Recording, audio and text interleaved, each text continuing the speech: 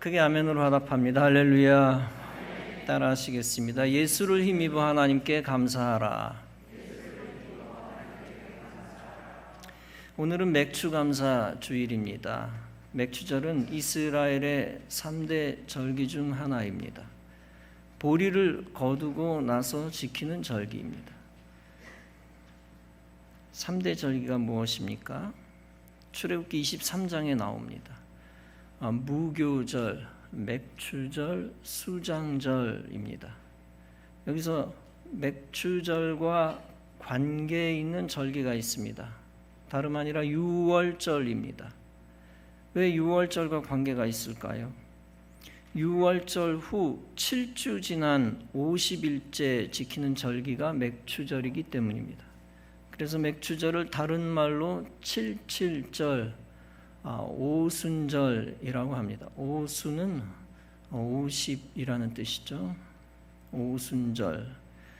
맥추절을 초실절이라고도 합니다. 처음 열매, 초실절. 첫 수확을 드리는 절기이기 때문입니다. 따라서 맥추절은 첫 열매를 하나님께 드려 감사하는 절기입니다. 우리는 이 감사절을 기회로 삼아야 합니다. 하나님께 감사를 특별하게 표현하는 기회입니다. 감사 예물을 드려 하나님께 감사를 표현합니다. 그리고 감사 예배를 드려 감사의 계명에 순종합니다. 그 감사를 통하여 우리와 하나님과의 관계가 굳건해집니다. 본문은 말씀합니다. 그리스도의 말씀이 너희 속에 풍성히 거하여 모든 지혜로 피차 가르치며 권면하고 시와 찬송과 신령한 노래를 부르며 감사하는 마음으로 하나님을 찬양하고 또 무엇을 하든지 말에나 일에나 다 주 예수의 이름으로 하고 그를 힘입어 하나님 아버지께 감사하라. 감사하는 마음으로 하나님을 찬양하라고 했습니다. 우리가 찬양할 때 무엇으로 합니까? 찬송과 성가와 복음성가로 합니다. 악기를 통하여 찬양을 합니다. 이 찬양은 음악과 관계가 있습니다. 그런데 찬양은 음악으로만 하는 것이 아닙니다. 시를 통해서도 찬양할 수 있다고 말씀했습니다. 여기서 시는 문학의 한 장르를 이야기하는 것이 아닙니다. 시편과 같은 다윗의 신앙 고백 같은 것을 의미합니다. 즉 감사의 고백을 통하여 하나님을 송축하는 것입니다. 이 감사의 고백은 기도 속에도 있습니다. 설교 속에도 있고 찬송의 가사 속에도 있습니다. 편지와 작품 속에도 있습니다. 사람과의 대화 속에서도 있습니다. 감사의 고백과 찬송으로 하나님을 찬송하라고 했습니다. 감사하는 마음으로 하나님을 찬송하라고 했습니다. 신앙생활 전체가 감사의 생활이 되어야 한다는 것입니다. 예배 자체가 감사의 예배가 되어야 한다는 것입니다. 감사로 신앙생활하고 감사로 예배 드리면 참된 그리스도인이 됩니다. 감사할 때 신앙생활이 진실해지기 때문입니다. 역시 감사할 때 예배가 진실해지기 때문입니다. 또한 감사할 때 신앙생활과 예배가 능력 있게 됩니다. 감사할 때 주님이 능력으로 임재하십니다. 본문은 말씀합니다. 무엇을 하든지 말에나 일에나 다 주 예수의 이름으로 하고 그를 힘입어 하나님 아버지께 감사하라. 즉 예수의 이름으로 말하고 일하라는 것입니다. 다시 말해서 그리스도인은 예수님의 대리자가 되어야 한다는 것입니다. 예수님 뜻대로 순종하며 말하고 행동해야 한다는 것입니다. 이때 중요한 것은 예수님을 힘입어 하나님께 감사하는 것입니다. 이 말씀은 중요한 말씀입니다. 왜냐하면 세상 사람들과의 차별성 때문입니다. 세상 사람들도 감사 정도는 할 줄 압니다. 세상 사람들의 감사의 근거가 무엇입니까? 윤리, 도덕입니다. 그리고 전통입니다. 또 생활 습관입니다. 주고받는 마음입니다. 인지상정. 감사의 근거는 우리에게 선대한 것에 대한, 누군가 우리에게 선대한 것에 대한 우리의 감동이며 감성입니다. 또한 감사의 근거 중에 중요한 것은 예의입니다. 예의 때문에도 감사합니다. 심지어 이단 종교나 미신 속에도 감사의 근거는 있습니다. 그런데 그리스도인의 감사의 근거는 차원을 달리한다는 것입니다. 예수님을 힘입어 감사해야 한다는 것입니다. 구원하신 예수님, 생명 주신 예수님을 근거로 감사해야 한다는 것입니다. 관습과 습관 때문에 또 사회적 차원 때문에 감사하는 것으로 끝나는 것이 아니라 예수님 때문에 감사해야 된다. 예수님을 힘입어 하나님 아버지께 감사해야 한다는 것입니다. 단순히 사람에게만 감사하고 끝나서는 안 됩니다. 감사의 마지막 종착 최종 목적은 하나님입니다. 사람에게 감사하는 것도 결국 하나님께 감사하는 것으로 이어져야 합니다.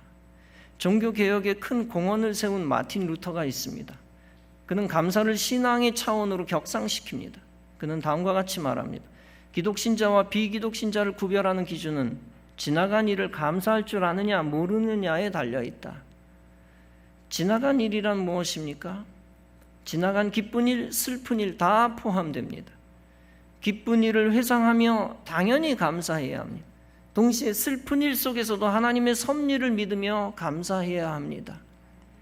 역시 하나님 의지하며 감사한다는 얘기입니다. 그것이 거룩한 구별입니다. 어떤 상황 속에서 감사한다는 것은 신앙 차원에서 매우 중요합니다. 유대인들의 지혜서인 탈무드는 말합니다. 이 세상에 가장 똑똑하고 현명한 사람은 누구인가? 모든 사람에게 늘 배우려는 자세를 가지고 있는 사람이다. 이 세상에 가장 강한 사람은 누구인가?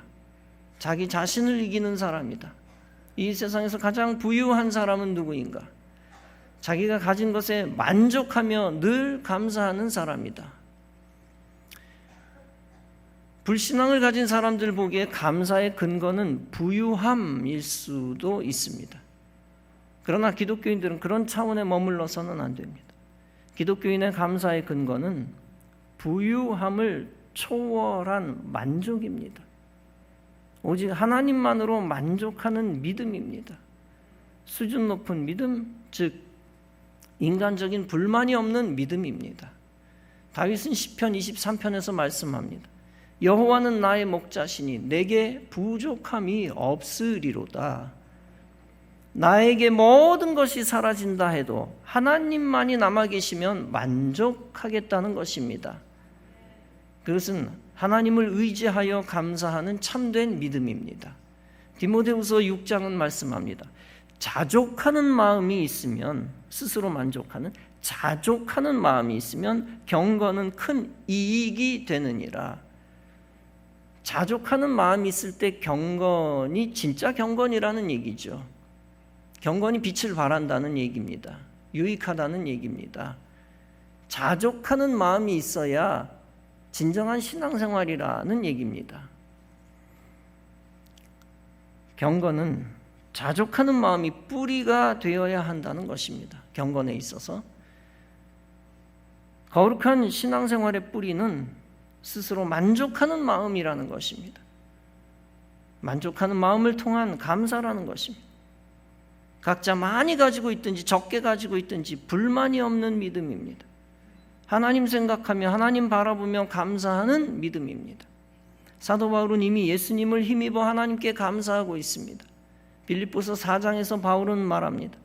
내가 비천에 처할 줄도 알고 풍부에 처할 줄도 알아 모든 일에 배부르며 배고픔과 풍부와 궁핍에도 일체의 비결을 배웠노라. 내게 능력 주시는 자 안에서 내가 모든 것을 할 수 있느니라. 즉 가난해도 부해도 형통해도 환난당해도 무조건 감사한다는 것입니다. 그 감사의 근거가 능력 주시는 예수님이라는 것입니다. 저와 여러분도 능력 주시는 예수님 때문에 감사하며 살아야 되겠습니다. 여러분 착합니까? 자신의 선한 성품에만 의지하면 끝까지 감사할 수 없습니다. 상대방의 선대에만 의지하면 감사를 중간에 포기합니다. 상대방이 어떻게 항상 착합니까? 상대방의 선대에만 의지하면 우리는 감사를 중간에 포기한다. 인간의 마음 공부에만 의지하여 감사하면 언젠가는 감사가 멈춥니다. 오직 예수님의 능력을 의지해야 일생 감사할 수 있습니다. 예수님의 이름을 힘입어야 그때 감사하는 참된 그리스도인이 될 수 있습니다. 예수님을 뿌리로 하는 감사가 믿음의 증거입니다. 예수님 때문에 항상 하나님과 사람에게 감사할 것입니다. 그렇게 감사함으로써 믿음을 증명하고 믿음을 키우시기 바랍니다. 따라서 감사가 믿음입니다. 따라하시겠습니다. 감사가 믿음이다. 그런 차원에서 기독교인은 진정한 감사의 순서를 알고 붙들어야 합니다. 먼저 하나님의 은혜와 사랑을 바로 깨달아야 합니다. 먼저 하나님 앞에 감사할 줄 아는 사람이어야 합니다. 그 후 부모와 스승과 동료와 위아래 사람에게 감사해야 합니다. 그때 감사가 완성되며 모든 감사는 하나님 중심의 감사가 됩니다. 신명기 16장은 말씀합니다. 너의 가운데 모든 남자는 1년에 3번 곧 무교절과 칠칠절과 초막절에 네 하나님 여호와께서 택하신 곳에서 여호와를 배웁되 빈손으로 여호와를 배웁지 말고 각 사람이 네 하나님 여호와께서 주신 복을 따라 그 힘대로 드릴지니라. 즉 하나님의 사람에게 거룩한 감사의 의무가 있다는 것입니다. 우리가 어디에 있든지 반드시 하나님의 집 곧 성전에 가라는 것입니다. 성전에서 감사의 절기를 지키라는 것입니다. 그때 성도는 온전한 성도가 됩니다. 하나님이 주신 복을 따라 그 힘대로 물건을 드리라고 명하셨습니다. 왜 이렇게 말씀하셨을까요? 하나님이 돈이 아쉬워서 그렇게 했을까요? 결코 그렇지 않습니다. 천지 만물 모든 것이 이미 하나님의 것입니다. 단지 드림이 중요한 것은 하나님의 뜻 때문입니다. 하나님은 신자의 절기 감사를 통하여 하나님 되심을 드러내시기로 하셨습니다. 우리가 하나님 앞에 일생 실제로 바치는 것이 없다면 어떻게 될까요? 형식적인 감사로 끝날 수도 있습니다. 믿음은 성장하지 않습니다. 더 나아가 예비된 감사의 사건들을 만날 수 없습니다. 따라서 예수님의 이름을 의지하여 감사하는 자는 주님께 헌신합니다. 시간으로, 물질로, 가진 힘으로 희생하여 주님께 헌신합니다. 그때 감사의 열매가 나타나며 은혜 위에 은혜가 더해집니다. 감사는 은혜로 이어지는 것이죠. 시편 116편에서 시편 기자는 말씀합니다. 내게 주신 모든 은혜를 내가 여호와께 무엇으로 보답할까? 진정한 감사는 하나님께 보답하고자 하는 마음입니다. 하나님께 무엇을 드리고자 하는 마음을 가진 자입니다. 보답하고자 하는 마음, 드리고자 하는 마음은 믿음입니다. 그것이 감사의 믿음입니다. 여러분, 예수의 이름을 힘입어 감사하면 보상을 받습니다. 하나님은 예수의 이름에 합당한 복을 주십니다. 그에게 하늘의 기쁨을 주시고 인생을 형통케 하십니다. 감사할 때마다 인생이 밝아집니다. 그가 사는 환경과 세상도 밝아집니다. 하나님이 감사하는 믿음의 능력을 주시기 때문입니다. 그 능력으로 하나님이 빛으로 역사하시기 때문입니다. 불신앙으로 불만에 가득하면 인생은 어두워집니다. 부정적 생각을 하게 되고 심령도 다칩니다. 기쁨이 사라지고 어둠의 권세의 종로로 탑니다. 그리스도인은 철저하게 불만과 부정적 생각과 부정적인 말을 물리쳐야 합니다. 반대로 그리스도인은 반드시 감사와 믿음의 생각과 믿음의 말만 해야 합니다. 믿음의 생각만 해야 되고 믿음의 말만 해야 합니다. 그렇게 함으로써 주님의 임재하심을 체험해야 합니다. 주님의 임재는 하늘 기쁨의 임재입니다. 쉽게 말하면 하늘의 기쁨이 내려오는 것이죠. 하늘 기쁨의 임재. 주님의 임재는 하늘의 권세와 능력과 영광이 오는 영광의 임재입니다. 더 나아가 주님의 임재는 축복이 내리는 축복의 임재입니다. 이 모든 거룩한 임재하심은 주님이 원하시는 감사에서 출발하는 것입니다. 그렇다면 우리는 거룩하신 임재의 뿌리 행동, 그 행동을 연습해야 합니다. 항상 기뻐하고 범사에 감사해야 합니다. 이 감사는 예수 그리스도 안에서 그리스도인을 향한 하나님의 뜻이라 하고 했습니다.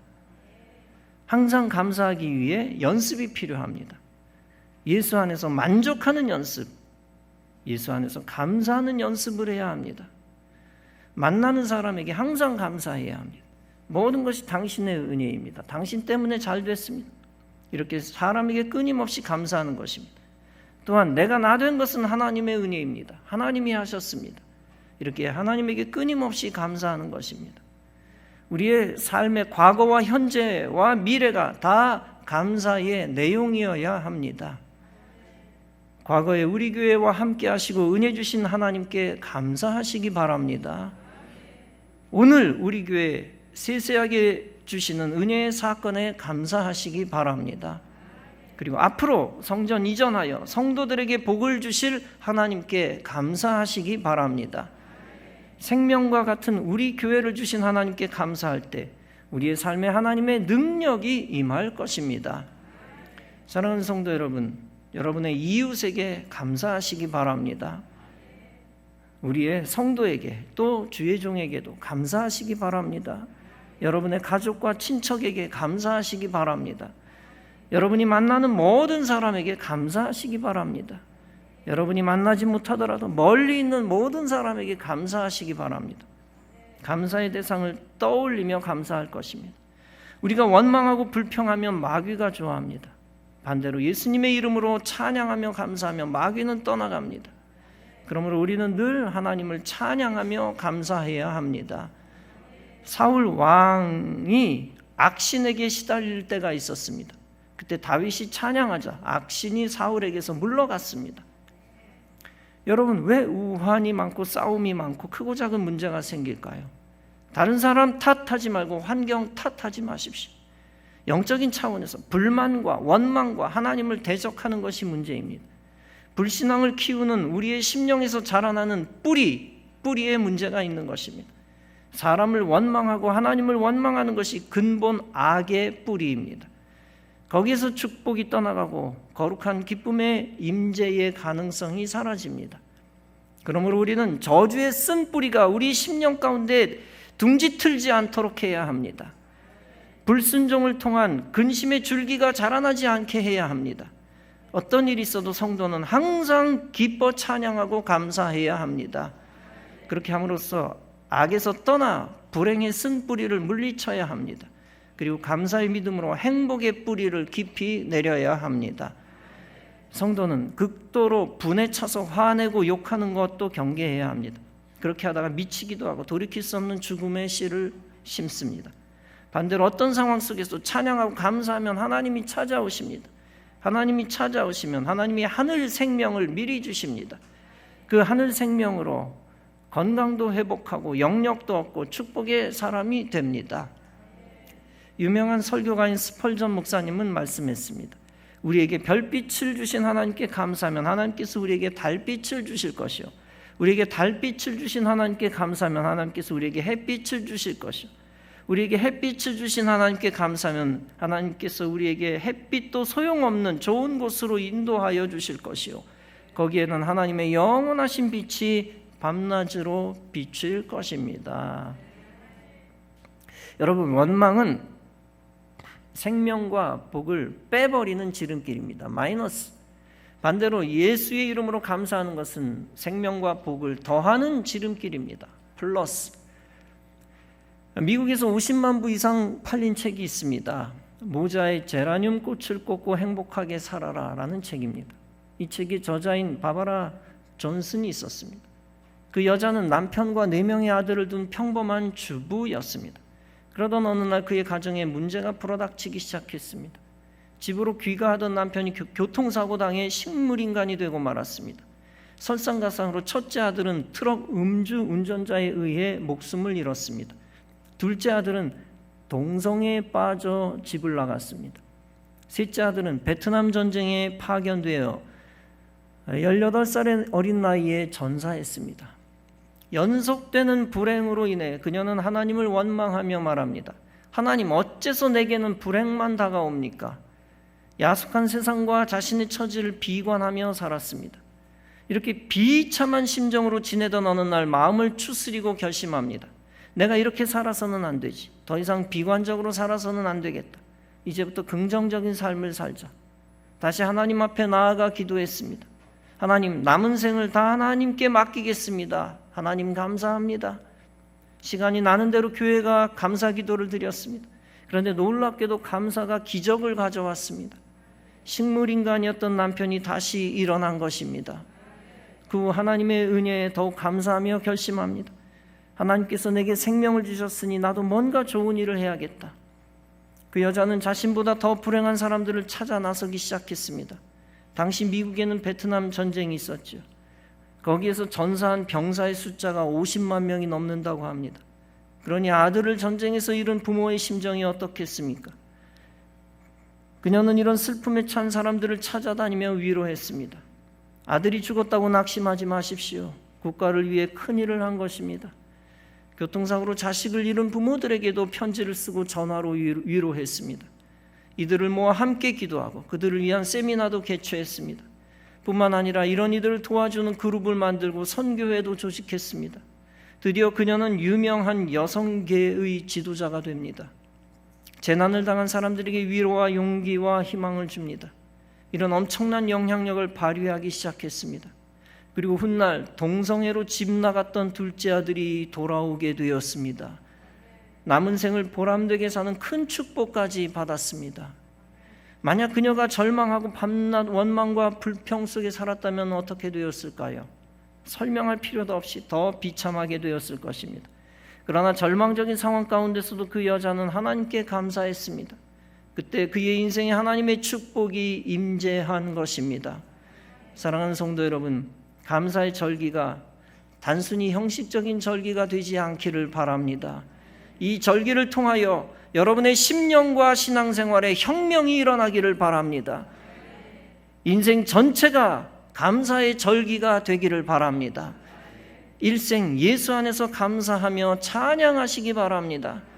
예수의 이름으로 하나님과 사람에게 감사하며 일생 살아, 일생 축복의 문을 열며 승리하는 성도 여러분 다 되어지시기를 주님의 이름으로 축원합니다. 기도하시겠습니다.